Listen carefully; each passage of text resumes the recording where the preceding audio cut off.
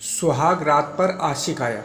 शादी की पहली रात पर ही वह बोली, मैं किसी और की अमानत हूँ, मुझे छूना। यह सुनकर संदीप के पैरों के नीचे से जमीन खिसक गई। वह पत्नी को ऐसे देखने लगा जैसे वह कोई अजूबा हो। संदीप बोला, मजाक मत करो यार, मैं इतने बड़े कलेजे वाला नहीं हूँ। वह गंभीरता के साथ बोली, मैं मजाक नहीं कर रही हूँ। संदीप का दिल किया कि अपने बाल नोच लूँ। गुस्से को दबाते हुए बोला, यह बात तुम पहले भी बता सकती थी। वह बोली, कैसे बताती? 1 महीने पहले ही हमारी सगाई हुई है और इस बीच हमारी बात कब हुई थी? संदीप पागलों की तरह देखते हुए बोला, क्यों झूठ बोलती हो? इस 1 महीने में हमने कम से कम 10 बार बातें की हैं। वह बोली, नहीं की। पापा ने मुझे सगाई के बाद फ़ोन को छूने ही नहीं दिया। जिससे आपकी बात होती थी वह जरूर मेरी छोटी बहन होगी। इतना बड़ा धोखा! संदीप का सिर चकराने लगा था। वह बोला, जब देखने गया था तब बता देती, माला डालते वक्त बता देती, फेरों के वक्त बता देती। वह बोली, डर गई थी, नहीं बता सकती थी। वो तो तुम डरी डरी सी तो थी, मुझे लगा तुम मासूम हो, तुम तो नागिन हो। खुफियाँ डफ ली तुमने मेरी। वह काफ़ी देर इधर उधर चक्कर काटता रहा, फिर बोला, कितनी देर मेरे घर में रहोगी? मेरी टेंशन बढ़ती जाएगी। अपने आशिक को बुलाओ और निकलो यहाँ से। वह मायूस सी होकर बोली, कैसे बुलाऊं? वह तो विदेश गया हुआ है कमाने के लिए, 1 साल बाद आएगा। संदीप बोला, ठीक है, तुम्हारे बाप को फ़ोन करता हूँ, ले जाओ अपनी गंदगी को यहाँ से। वह संदीप के पैरों में गिर गई, बोली, ऐसा ना करो प्लीज़, मेरा बाप मुझे रास्ते में ही कहीं ठिकाने लगा देगा। फिर संदीप गुस्से में फ़ोन को बेड पर फेंक कर बैठ गया। बोला, मैं अच्छा खासा कमा रहा हूँ, सुंदर भी हूँ, मुझे तो तुमसे भी अच्छी लड़की मिल जाती, फिर तुम क्यों आ गई मेरी ज़िंदगी को तबाह करने? और ये कैसा है तुम्हारा ज़िंदगी? तुम्हारी ज़िंदगी दांव पर लगी है और वह विदेश में छुपा बैठा है। बोली, उसने कर्ज लेकर वीज़ा मंगवाया था, अगर बीच में आ गया तो कर्ज भी नहीं उतर पाएगा, इसलिए वह 1 साल बाद काम करके आ पाएगा। संदीप बोला, तो तुम अब मुझसे क्या चाहती हो? 1 साल तक तुम्हें घर में बैठाकर रखूं, तुम्हारा सुरक्षा गार्ड बनकर तुम्हारी रखवाली करता रहूं? वह आंखों में आंसू भरकर बोली, कुछ दिनों की मोहलत दे दो, कोई ना कोई रास्ता निकल आएगा। एकाएक संदीप ने उससे पूछ लिया, क्या तुम उसके साथ कभी फिजिकल हुई हो? वह गुस्से से बोली, क्या मैं आपको इतनी गिरी हुई लगती हूँ जो शादी से पहले ऐसा करूँगी? संदीप बोला, तुम्हें पता है तुम्हारी और तुम्हारे पिता की इस करतूत से मेरा कितना नुकसान होने वाला है? जब लोगों को पता चलेगा हम मोहल्ले में सर उठाने के काबिल भी नहीं रहेंगे, हमारी सारी इज्जत मिट्टी में मिल जाएगी। मेरे यार दोस्त मुझ पर हंसेंगे, तुमने मुझे बिना वजह तबाह कर दिया। ऐसा बोलकर वह कमरे से बाहर निकल गया। छत पर जाकर ठंडी हवा में खड़ा हो गया। उसका दिमाग फुन्न हो चुका था। वह जब बंसिका को देखने गया था तब वह उस पर फिदा हो गया था। मासूम चेहरा, बड़ी बड़ी आंखें, बहुत कम बोलना। उसके चेहरे पर एक कशिश थी जो अनन्यास संदीप के दिल में बैठ गई थी। जब ठंडी हवा चेहरे पर लगी तो उसको फिर रियलाइज हुआ, दिमाग थोड़ा चलने लगा।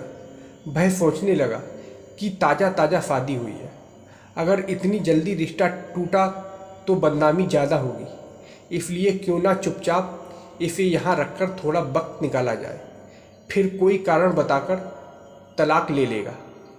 वह नीचे आ गया। आधी रात से ज़्यादा का समय हो चुका था। तब तक थकी हारी बंशिका भी सो चुकी थी। दिसंबर का महीना शुरू हो चुका था। वह सर्दी में गाढ़ी सी बनी हुई घुटनों में पेट लगाकर सोई हुई थी। संदीप ने कंबल निकालकर बंशिका पर डाल दी, फिर दूसरी कंबल ओढ़कर वह भी फिर बेड के एक कोने में सो गया। जब सुबह संदीप की आंख खुली तो उसने देखा बंशिका जाग चुकी थी। वह चुपचाप बेड पर डरी डरी सी बैठी थी।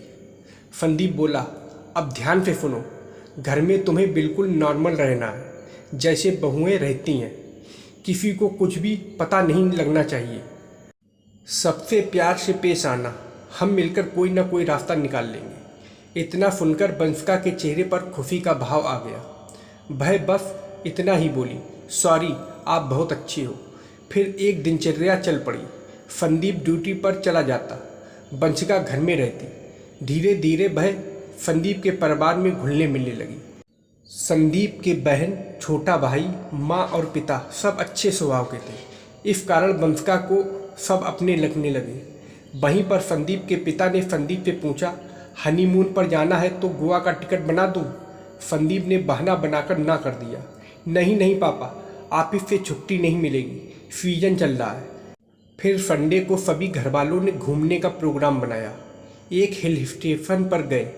जब वह घूम फिरकर ऐतिहासिक जगह पर घूम रहे थे, तब संदीप की बहन ने कहा, अरे भैया भाभी, नई नई शादी हुई है, भैया का हाथ पकड़कर चलो, आपको कोई नहीं टोकेगा, आजकल सब चलता है।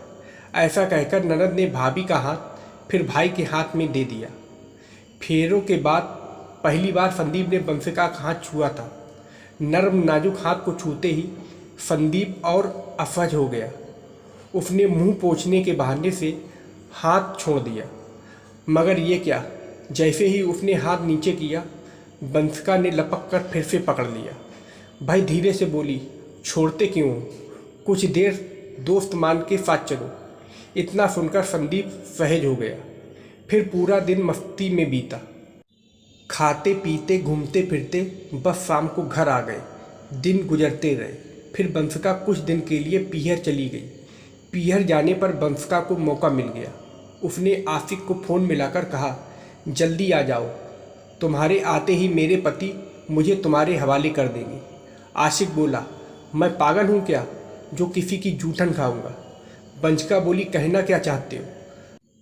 वह बरसा बोला, इतने दिनों से उसके साथ रह रही हो और वह तुम्हें छुएगा भी नहीं, मैं नहीं मानता। बंसिका बोली, तुम्हारे मुंह से यही कहलवाना चाहती थी ताकि तुम कभी जिंदगी में मिलो तो मुझे बेवफा ना कह सको। मगर सुनो, वह बिल्कुल वैसा ही है जैसा मैं बता रही हूँ। उसके साथ रहने से मुझे एहसास हो गया कि प्यार क्या होता है। अब मैं सोचती हूँ कि तुम्हें मुझसे प्यार था ही नहीं, इसलिए आज के बाद मैं तुम्हें दोबारा कभी फ़ोन नहीं मिलाऊंगी। मुझे अपनी गलती का एहसास हो गया है। प्यार तो मुझे मेरे पति से हो गया है, जो मेरे प्रेम प्रसंग के बारे में जानते हुए भी मुझे आश्रय दिए हुए हैं। यह सोचकर कि मेरी होगी तो रह जाएगी, वरना चली जाएगी। उसकी तरफ से कोई ज़बरदस्ती नहीं है। वह जानता है जिस दिन मैं चली जाऊंगी उसकी इज्जत नीलाम हो जाएगी। फिर भी वह मुझसे नफरत नहीं करता। अच्छा किया जो तुमने मुझ पर शक किया। अब मैं तन मन से मेरे पति की हो सकूंगी। वैसे भी मैंने सिर्फ तुम्हारा रवैया जानने के लिए फ़ोन किया था, वरना मांग में सिंदूर भरवाते ही मुझे एहसास हो गया था कि किसी बंधन में बंध गई हूँ। इसलिए ना विरोध करने का दिल हुआ, ना ससुराल से भागने की इच्छा। आशिक में इतना धैर्य कहाँ था। उसने फ़ोन काट दिया। फिर बंसिका ने संदीप को फ़ोन मिलाया। भाई बोला, हेलो कौन? मैं आपकी पत्नी बोल रही हूँ। 1 महीना हो गया, लेने क्यों नहीं आई? संदीप ने कहा, किस हक से आपके पास आऊँ? बंसिका बोली, उस हक से आओ जिस हक से एक पति आता है। संदीप ने धड़कते दिल से पूछा, कितने दिनों के लिए आना चाहती हो? बंसिका बोली, हमेशा के लिए, जन्मों जन्म के लिए। उधर से कोई आवाज़ नहीं आई। बंसिका बोली, रो रहे हो क्या संदीप? वह बोला, तुमने मुझे बहुत रुलाया है। बंसिका भी रो पड़ी, मुझे माफ़ कर दो। उधर से आवाज़ आई, तैयार हो जाओ, आधे घंटे में पहुंच रहा हूँ। फिर संदीप बिना नहाए, बिना ढंग के कपड़े पहने, बिना कंघी किए, बिखरे बालों से जिस हाल में था उसी हाल में बंसिका के घर पहुंच गया। ससुराल पहुंचकर सीधा बंसिका के कमरे में पहुंचा।